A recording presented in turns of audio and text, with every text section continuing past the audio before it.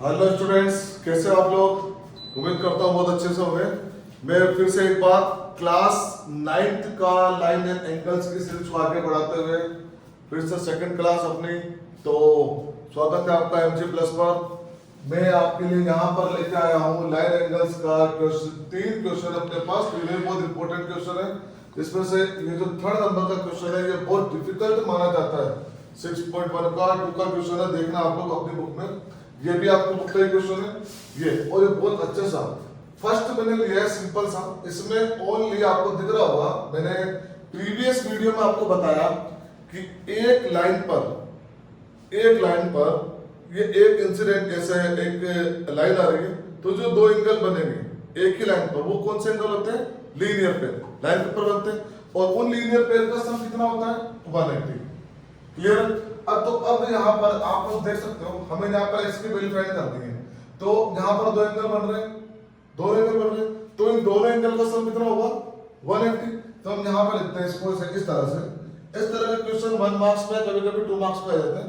तो 6x plus 30 degree plus 4x equal to 180, और इसे बोलते हैं लीनियर पेयर। ठीक है, लीनियर पेयर, एलपी शॉर्ट में। अब यहां पर हमें क्या करना है? x की वैल्यू फाइंड करनी है। तो 6 प्लस 4 क्या हो जाएगा? 10x, और जो ये 180 डिग्री है इसका हो जाएगा ट्रांसफर, और ये माइनस में पहुंच जाएगा इधर।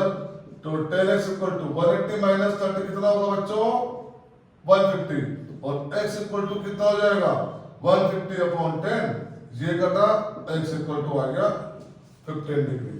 आंसर इसमें से वैल्यू पुट कर देंगे। तो जब 6x प्लस 30 हम लिखेंगे, तो 6 मल्टीप्लाई 50 प्लस 30, 6 मल्टीप्लाई 15 कितना हो जाएगा? 90 से 90 प्लस 30 कितना हो जाएगा? ये 120 डिग्री। और जो सेकंड वाला है 4x, ये कितना हो जाएगा? 4 मल्टीप्लाई 15 कितना हो गया? 60 डिग्री। प्लस करके देखो, 120 और 60 कितना होता है? 180। तो आगे लाइन पर जो एंगल बनेगा, ध्यान रखना, लाइन पर जो एंगल बनेगा वो हमेशा 180 ही होगा। अब ये आपकी बुक का क्वेश्चन और बहुत इंपॉर्टेंट क्वेश्चन है इस बार के एग्जाम के लिए, ये दोनों ही। और दावे के साथ तो नहीं, पर हाँ ये मेरा विश्वास है कि इन दोनों में से या दोनों ही एक क्वेश्चन तो एटलीस्ट आपके एग्जाम में आएगा ही आएगा। तो ध्यान से देखना इसे। यहाँ पर अपने को कुछ रूल भी फॉलो करने होंगे। कैसे? आप देख रहे होंगे कि यहाँ पर जो अपने क्वेश्चन है उसके अकॉर्डिंग ए बी जो पैरेलल है किसके? CD के। ए बी किसके पैरेलल है? CD के। और PQR एक ट्रायंगल है। और यहाँ पर जो PQ है, जो PQ लाइन, वो कौन सी लाइन है? वो है transversal line. Clear?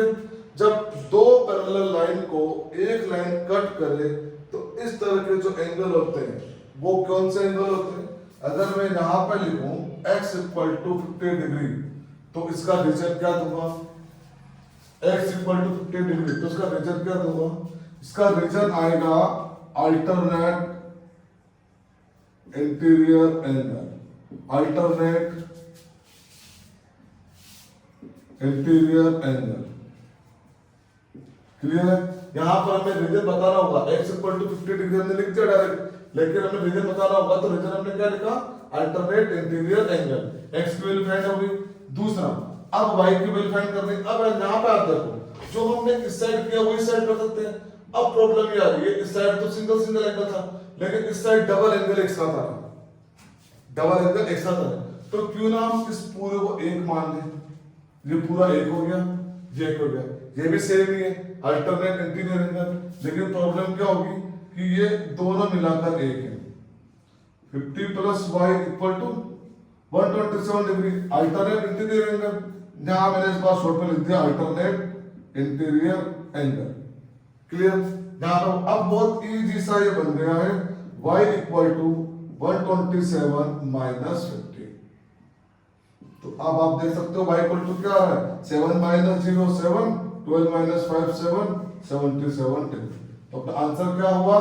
x equal to 50, y equal to 77।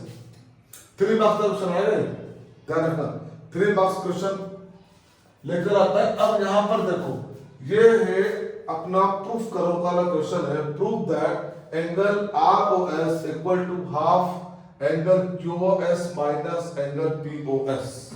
ठीक है, ये क्वेश्चन अगर बिल्कुल सिंपल मेथड से किए जाए तो 1 से 1.5 पेज भर देता है, लेकिन हम यहाँ पर बहुत ही शानदार ट्रिक, बहुत ही सस्ती सुंदर टिकाऊ, बहुत ही स्वीट सी ट्रिक लेकर आओ मैं, देखना ध्यान से। सबसे पहले आपको 3 तक काउंटिंग आती है, यहां पर लिख दो 1 2 और ये पूरा 3। क्यों ऐसा क्यों लिखा देखना, 3 एंगल ROS QOS POS। ये ROS को मैंने एक एंगल मान लिया, POS को मैंने दूसरा एंगल मान लिया और QOS को मैंने तीसरा एंगल मान लिया। 3 एंगल थे इसलिए मैंने 1 2 3 कहा। अब ध्यान से देखना, यहां पर ROQ क्या है, 90 डिग्री है। एंगल ROQ ये क्या है, 90 डिग्री है। जब लीनियर पेयर में एक एंगल 90 होगा तो दूसरा एंगल 100% 90 होगा, क्योंकि 180 माइनस 90 कितना होगा, 90। तो एंगल ROP ये भी क्या होगा, 90 डिग्री। चाहो तो यहां साइड में लिख दो 90 डिग्री। ठीक है, अब इसके बाद देखना ध्यान से, इसके बाद है ROQ। यहां पर देखना ROQ और एक ROP, यहां से ROQ एंगल 3 माइनस एंगल 2 दिख रहा है। यहां से ROQ ये वाला सिर्फ इसकी बात कर रहे हैं, तो इस पूरे को एंगल 3, इसमें से मैंने इस 2 को माइनस कर दिया तो क्या बन गया ROQ।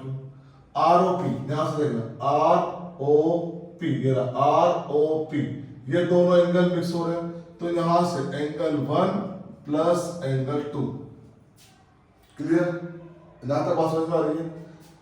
एंगल इसमें देखना, फिर से देखना इसको, जो ROQ लिख रहा है वो एंगल 3 माइनस एंगल 2 कर रहा, तो ये 90 डिग्री बच गया। यहां पर ध्यान रखना, यहां पे देखो, अब देखना एंगल 3, इस 1 का मैंने किया ट्रांसफर और इस 2 को लाया मैं इधर, तो ये हो गया प्लस, साइड चेंज। अब फिर से angle 3 minus angle 1, angle 2 plus angle 2 कितना हो गया, 2 एंगल 2।